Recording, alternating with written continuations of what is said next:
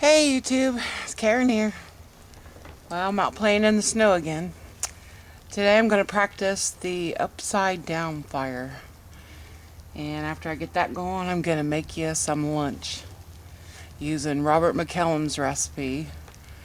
He used a water bath to make bannock, and I thought that was really cool. I thought the kids would enjoy that. So let me get this on the fireplace and we'll get started. So the idea of an upside down fire is to put all your big stuff on the bottom. Whatever, however big you want to make it. I'm going to try to keep it pretty small today because I've had to actually throw up a tarp because it's been snowing off and on so bad that it was getting everything all wet.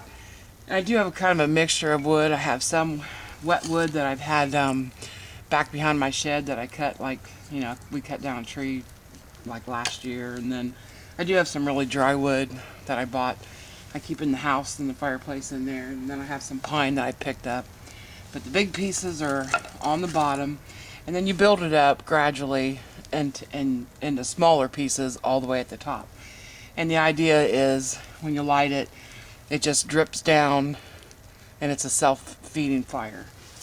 So I have my bigger pieces on the bottom there, and then in kind of a log cabin style.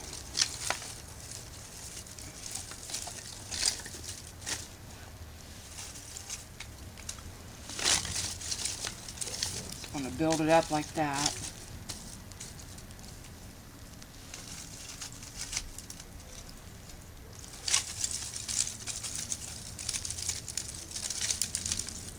I'm going to create a little hole there for my tinder bundle to go there.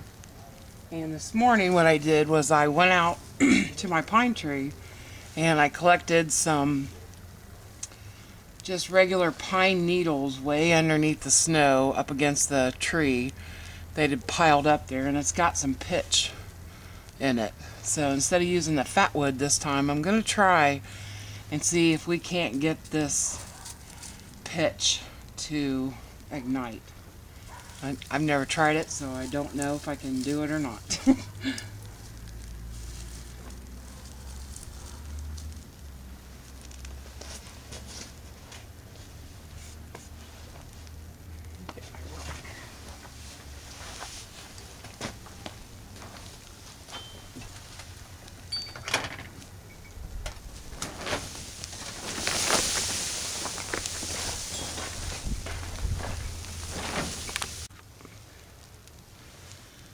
Okay, let's try this.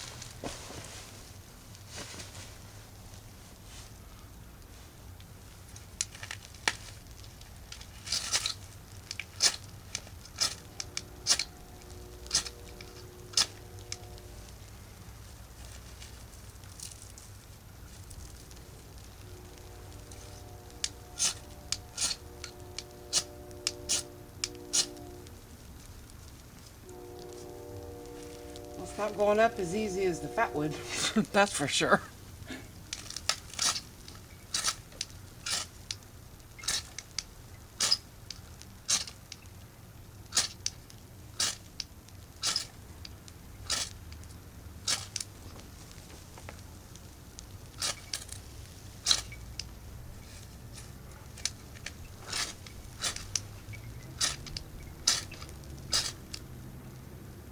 There it goes.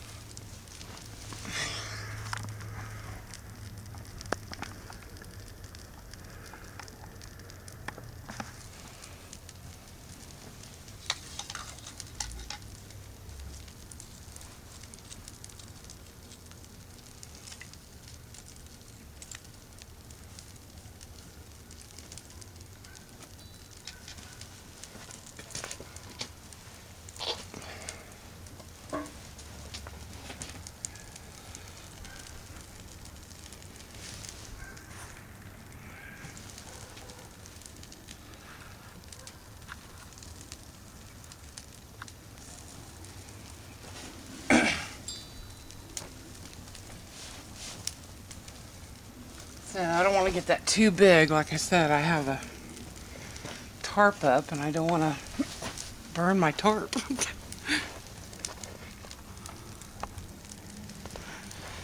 But that should just burn down and self-feed for a while. And I've never had one, so I'm just going to sit here and watch it for a while.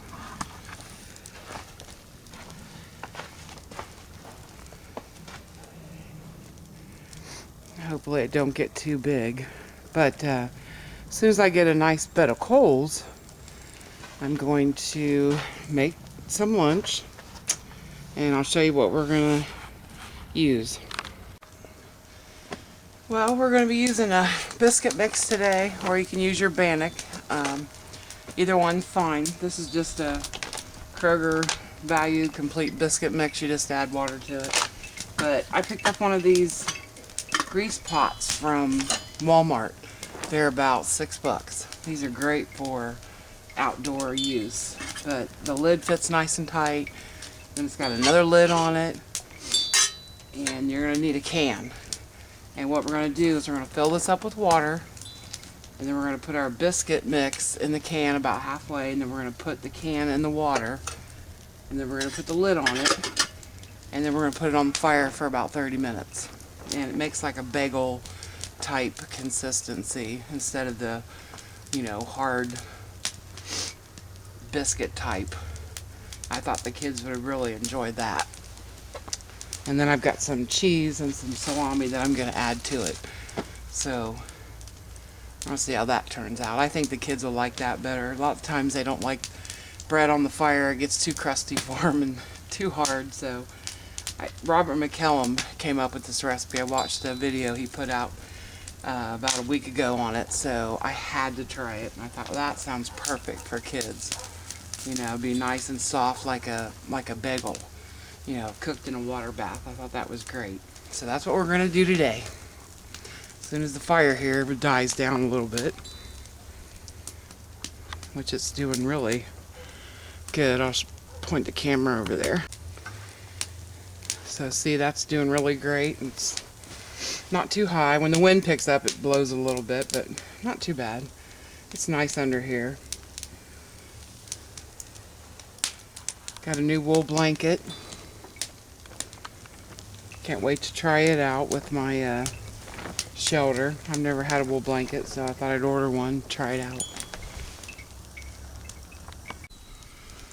Okay, I've got my pot on the coals, and I've mixed up some biscuit dough. I've got about not even quite a cup here.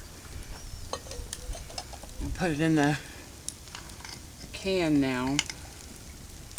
I think Robert said about halfway. So I'm just going to try that because I don't want to get too much in here. And because I put some meat in mine and cheese, which has got oil in it, I didn't do anything to the can. But let's say if you weren't using any, you probably might want to spray the can maybe with some oil. But you want to drop that in the water.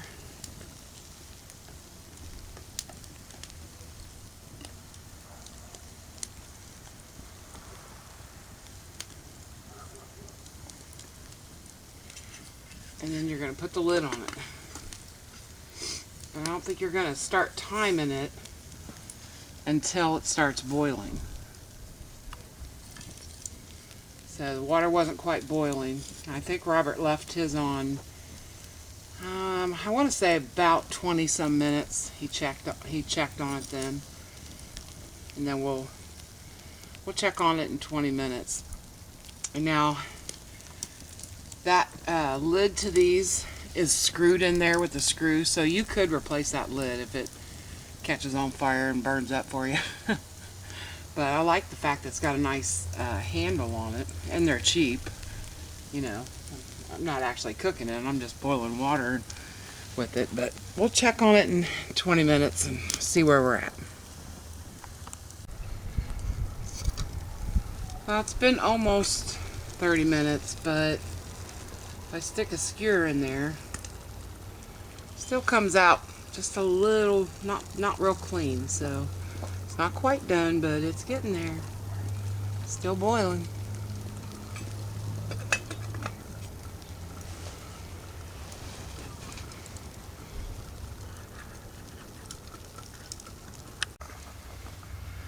Okay, it's been a little over 30 minutes actually.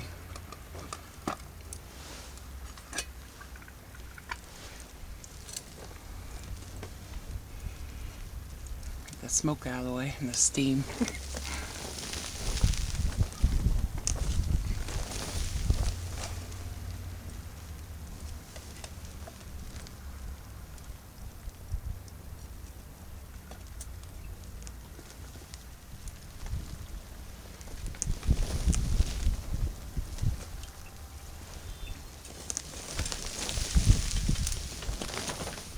I would say that's done. If it's not, I'll know the next time.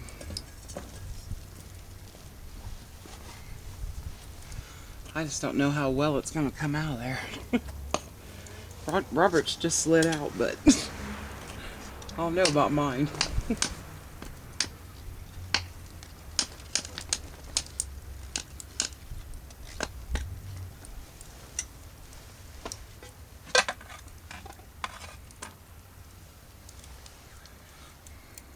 Actually, it didn't do too bad.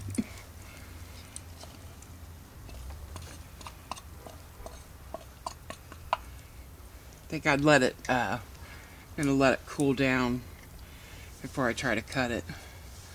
Let it sit there for a few minutes.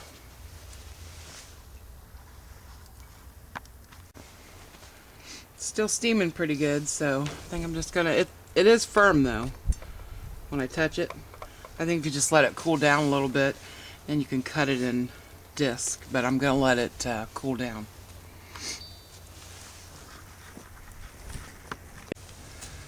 Well, they did need just a little bit more cooking after all. When I tried to cut them, they were just a little bit too soft. Not too bad. Just firming them up over the fire is all I've done.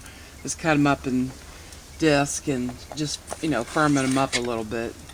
More like a biscuit. Otherwise, they actually taste really good. With the cheese and